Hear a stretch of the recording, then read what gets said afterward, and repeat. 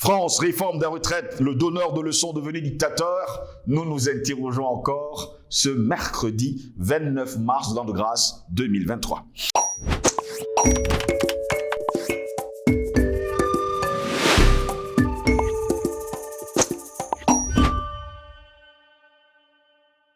Et voici, au bout de ce petit matin, ma prière virile, que je n'entends donner les rires ni les cris, les yeux fixés sur cette ville que je prophétise belle.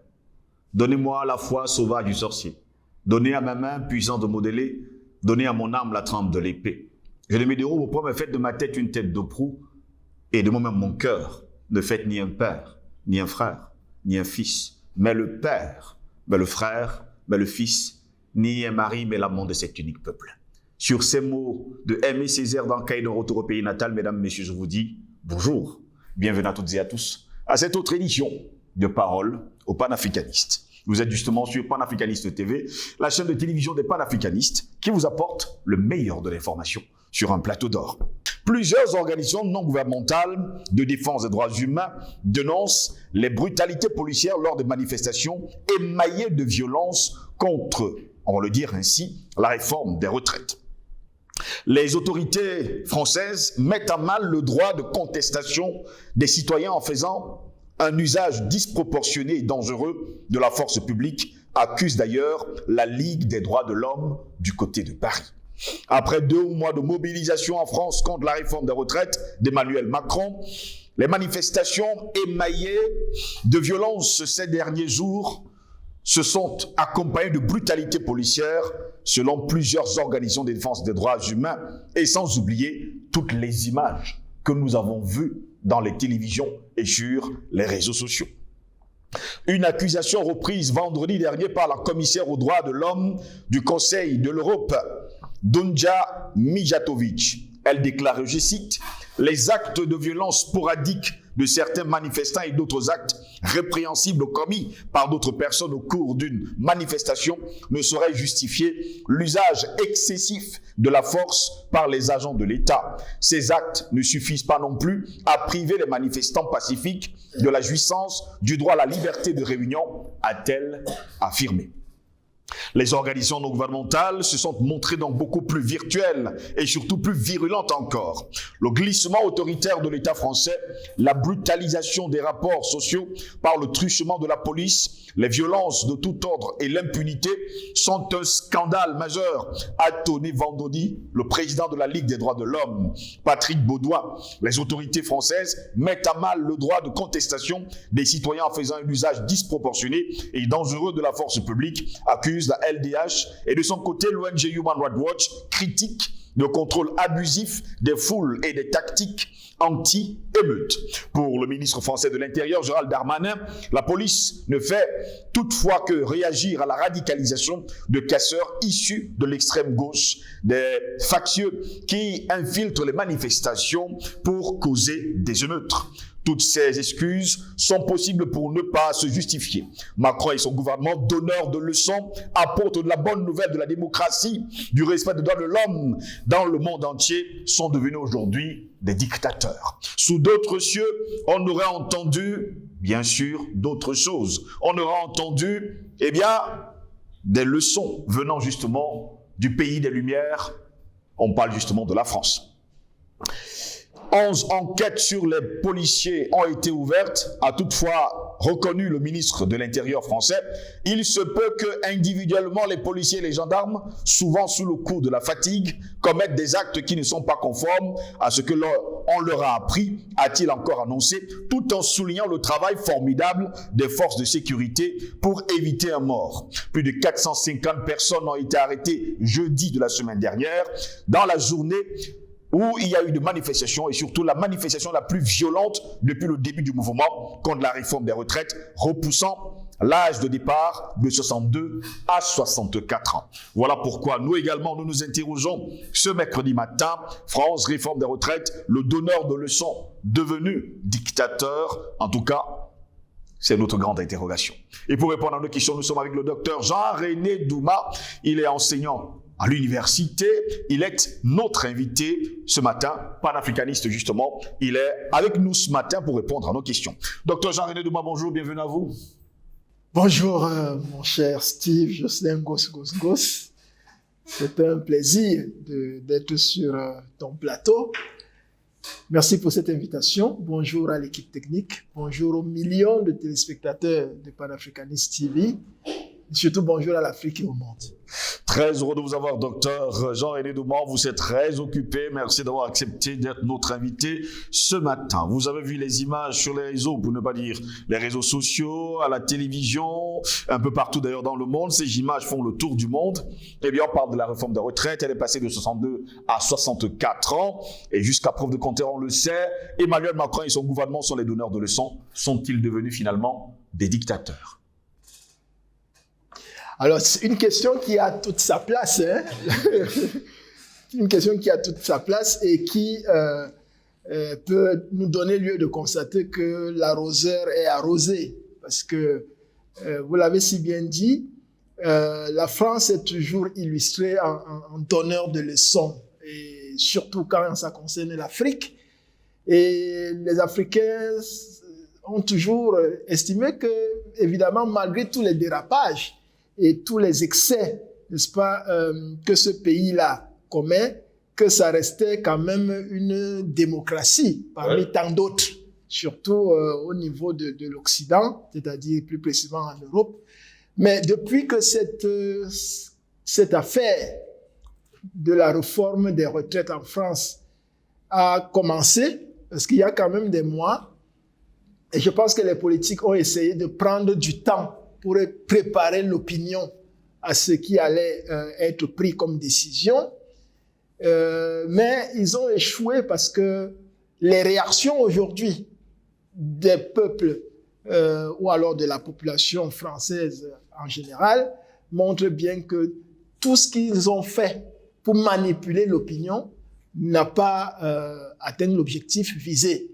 L'objectif visé, c'était de préparer le peuple français a avalé cette pilule, aussi amère soit-elle. Mais depuis particulièrement une dizaine de jours, le peuple français s'est levé comme un seul homme, des millions de citoyens dans la rue, parce que le ministère de l'Intérieur hier faisait état de 740 000 personnes, alors que les syndicats sont à 2 millions. Certains parlent de jeudi dernier à 5 millions de personnes dans les rues. Voilà, donc les millions de citoyens sont dans les rues, ce qui signifie quand même que l'affaire est grave. Parce que parmi ces citoyens, j'ai vu des étudiants, j'ai vu des lycéens. Et la presse a donné la parole à certains jeunes de moins de 15 ans qui disent des choses tellement poignantes qu'il y a lieu véritablement de s'inquiéter si ce gouvernement de M. Macron ne revenait pas sur sa décision. Donc, oui, on peut dire que après plus de 10 jours d'intenses manifestations, depuis plus de 2 mois, depuis 2 mois et une dizaine de jours d'intenses manifestations avec des actes qui montrent jusqu'à quel point le peuple est déterminé à pouvoir sauvegarder ses intérêts, et que le gouvernement ne recule toujours pas, il y a quand même lieu de s'inquiéter si monsieur Macron, puisque c'est lui le chef de l'État, s'il n'est pas devenu un dictateur. Parce que si c'était une décision qui avait été prise, on va dire, démocratiquement, il n'y aurait pas les Français dans la rue. Il n'y aurait pas des corps de métier qui ont quand même des références suffisamment solides dans la rue. Et il y a des grèves, il y a suspension de plusieurs activités. Récemment, ils ont annulé l'arrivée du roi d'Angleterre en France à cause de toutes ces manifestations-là. Donc, c'est quand même suffisamment sérieux pour que on arrive à la conclusion selon laquelle M. Macron, c'est un dictateur. Parce qu'il veut imposer à tout prix, n'est-ce pas, ce que lui pense être bon pour les Français. Et ce n'est pas la première fois. Pendant son premier mandat, il a eu à prendre beaucoup de décisions qui ont été contestées par les Français.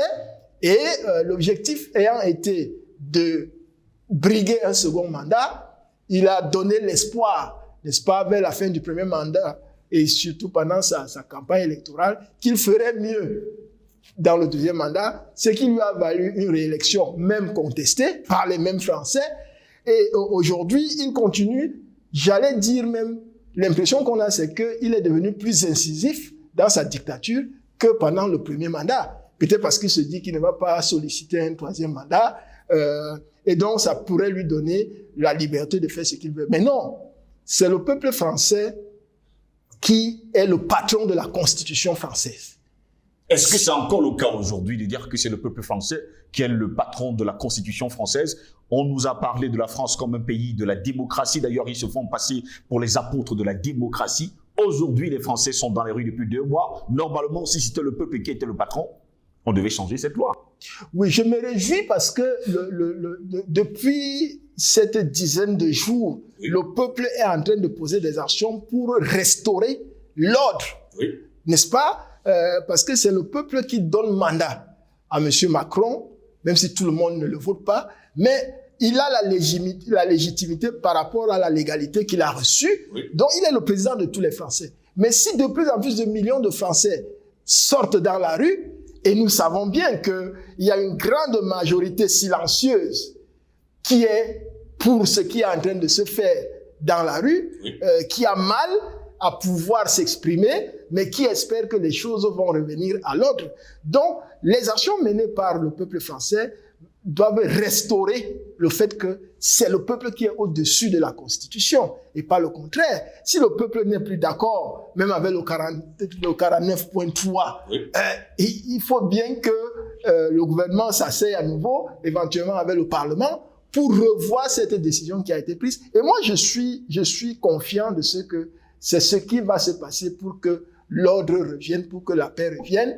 Parce que dans la réforme des retraites en France, beaucoup d'analystes critiquent le fait que on parle de la retraite sans parler du travail. Alors que s'il n'y a pas de travail, il n'y a pas de retraite. Donc il fallait parler des deux questions ensemble et trouver quelque chose qui puisse être accepté par le peuple français. Ça n'a pas été le cas. M. Macron, avec son gouvernement, sont focalisés sur la retraite qui est passée déjà de 62 à 64 ans, selon leurs décisions à eux, décisions contestées, sans prendre en compte ceux qui travaillent pour pouvoir financer, n'est-ce pas, ces 2 années de plus. Je sors en disant que, voyez, en réalité, Monsieur Steve, il y a encore là un problème de pouvoir détenu par une certaine hégémonie, par une certaine élite, parce que Monsieur Macron, président de son État en France, s'est toujours illustré comme étant le représentant des intérêts du lobby financier international. Oui. Et parce que en France, on a officiellement 42 multimilliardaires.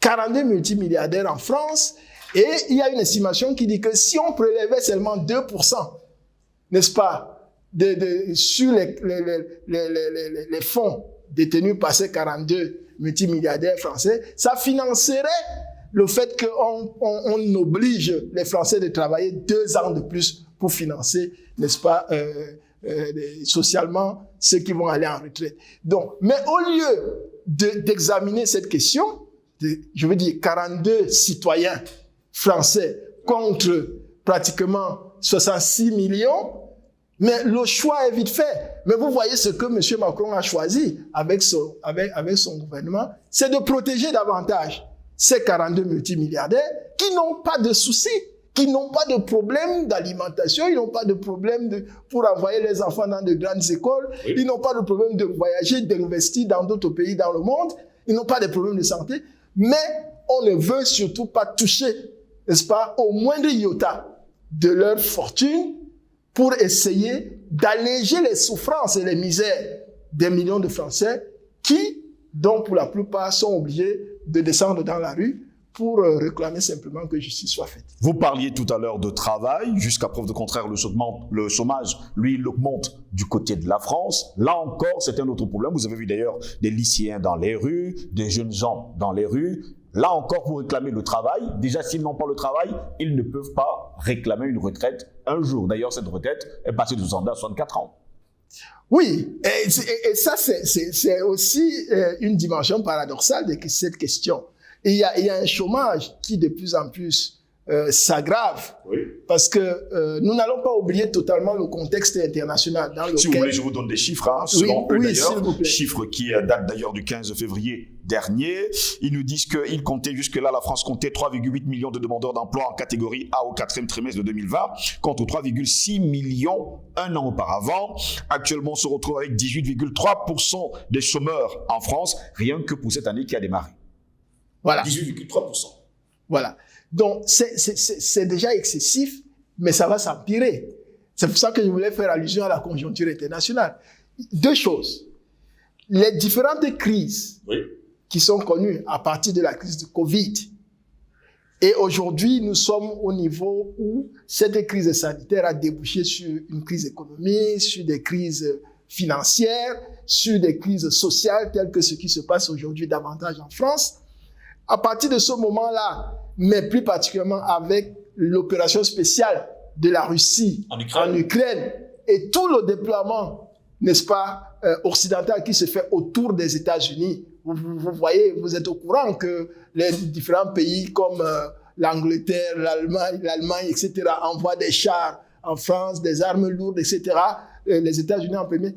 Tout ceci, véritablement, crée des situations suffisamment difficiles pour la croissance économique mondiale. Oui. Pour la croissance économique mondiale. Parce que je prends seulement le cas des États-Unis qui inondent le marché du dollar en dollars et qui, en réalité, financent beaucoup de dépenses publiques en faisant tourner simplement la planche à billets. Parce que tous les autres pays qui vont utiliser le dollar vont l'aider, c'est-à-dire aider les États-Unis à pouvoir financer son déficit commercial et budgétaire.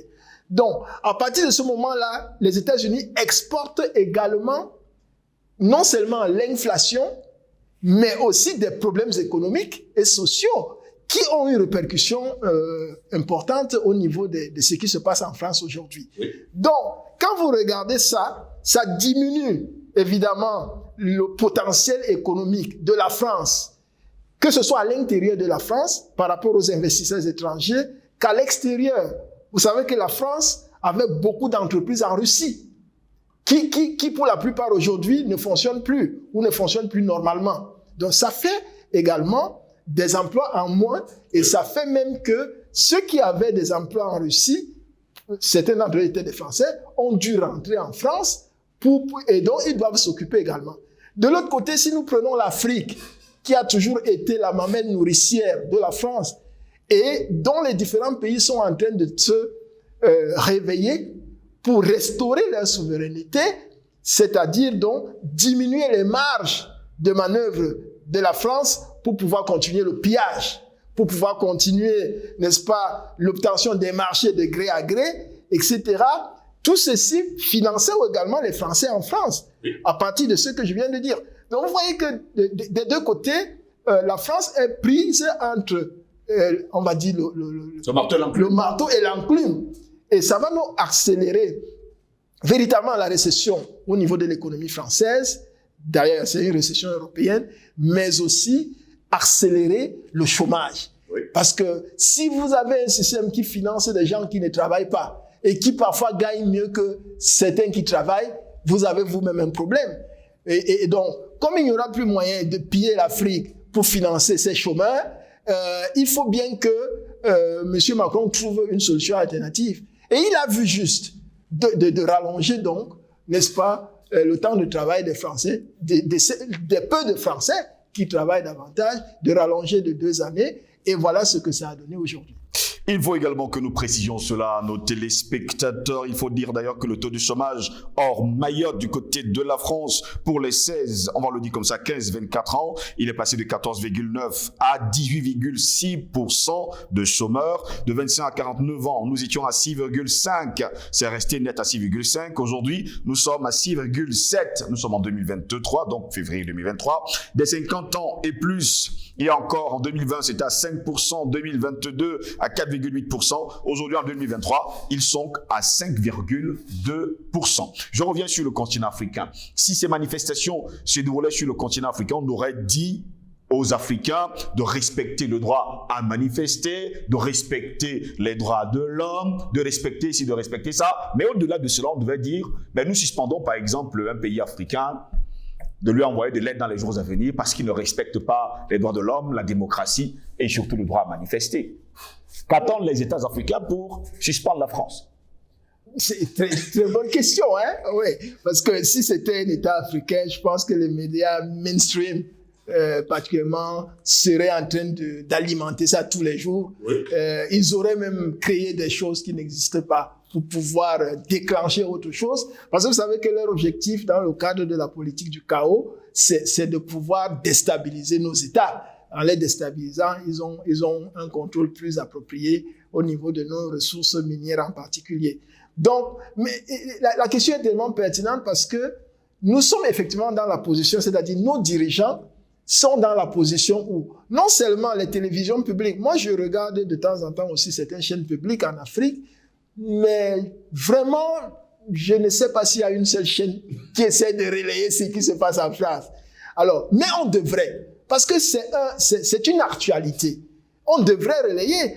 Si on n'arrive pas à relayer, ça signifie qu'on est encore dans la posture du colon et du colonisé, parce qu'on a peur d'éventuelles réactions en face. Mais la France, c'est un géant au pied d'argile aujourd'hui. Oui. La France est foutue. On ne va pas rentrer là-dedans, mais il y a un certain nombre d'indicateurs. Si on commence à les mettre sur la table, les gens comprendraient davantage que la France est vraiment foutue. Donc, c'est le moment pour les pays africains dont les dirigeants ont encore un peu peur de la France de prendre des décisions normales. Je ne dis même pas des décisions fortes. Parce que lorsque une police utilise une telle brutalité, n'est-ce pas, pour étouffer les manifestations. C'est comme des centaines de milliers de personnes dans les hôpitaux. Donc, c'est très grave. Les gaz lacrymogènes qui ont des effets extrêmement graves, des brutalités énormes, ça c'est ce qu'on voit à distance, mais la réalité, c'est pire que ce qu'on voit. Donc, lorsque vous optez pour cette façon de faire pendant des jours et des jours, sans qu'il y ait une réaction du gouvernement qui puisse apaiser les manifestants, c'est qu'il y a un réel problème. Donc, les États africains, à défaut de pouvoir sanctionner la France, ils peuvent suspendre leur coopération avec la France. Ils peuvent suspendre leur coopération avec la France, ne serait-ce que pour créer un effet, parce que parmi ces manifestants, vous m'en donnez d'ailleurs l'occasion, il y a des Africains, oui. il y a des Africains français. Donc, nous avons intérêt à suivre ça de près et à demander que véritablement les choses se passent humainement par là. Parce que, et ça, ce n'est pas l'usage excessif de la force publique, ce n'est pas la démocratie. Ce n'est pas humain. Et donc, au lieu de continuer dans cette voie-là, pour obliger la France à pouvoir négocier davantage et à revenir sur cette décision qui est totalement rejetée par le peuple français, c'est que on attend que certains chefs d'État africains commencent à prendre des mesures contre la France par rapport à cette façon de fonctionner en France. Et pire encore, s'il y avait des actes que la France posait dans nos différents pays et qu'on laissait passer, que désormais on ne puisse plus laisser passer ces actes-là, comme la suspension récente de France 24 au Burkina Faso. Donc, il faut que les chefs d'État davantage prennent cette décision-là, sans regarder que c'est la France, parce que la France d'aujourd'hui n'est plus de la France il y a 60 ans. C'est passé là, c'est dépassé. Maintenant, il faut que les pays africains réalisent que c'est eux qui doivent donner de l'aide à la France. Ce n'est plus le contraire. Pour terminer rapidement, Dr Jean-René Domas, je reste sur ma question parce que c'est quand même, je reste sur ma fin. Est-ce un pays démocrate? 2 mois durant, ils ne veulent pas changer. Veulent-ils faire un passage en force? Par rapport à tout ce que nous avons dit, il est clair que la France, ce n'est pas une démocratie. On pourrait encore essayer de nuancer en disant Monsieur Macron n'est pas un démocrate, mais il représente la France. S'il est dans un mandat, c'est un homme d'État, il représente la France. Donc, lui n'est pas un démocrate, ce n'est pas la France sous son règne qui pourrait être une démocratie. Merci à vous, Dr. Jean Radenouma, d'avoir été dans notre ce matin. Merci pour l'invitation. Et je tiens également à rappeler à nos téléspectateurs du côté de la France, on va le parler du chômage. Au 15 février 2023, le taux de chômage en France, hors Mayotte, au 4e trimestre 2022, est de 7,2%. Taux de chômage des moins de 25 ans en France, hors Mayotte, au 4e trimestre 2022, 18,3%. Au plaisir de vous retrouver très prochainement pour une nouvelle édition de Paroles panafricanistes. Nous vous souhaitons de passer une agréable journée.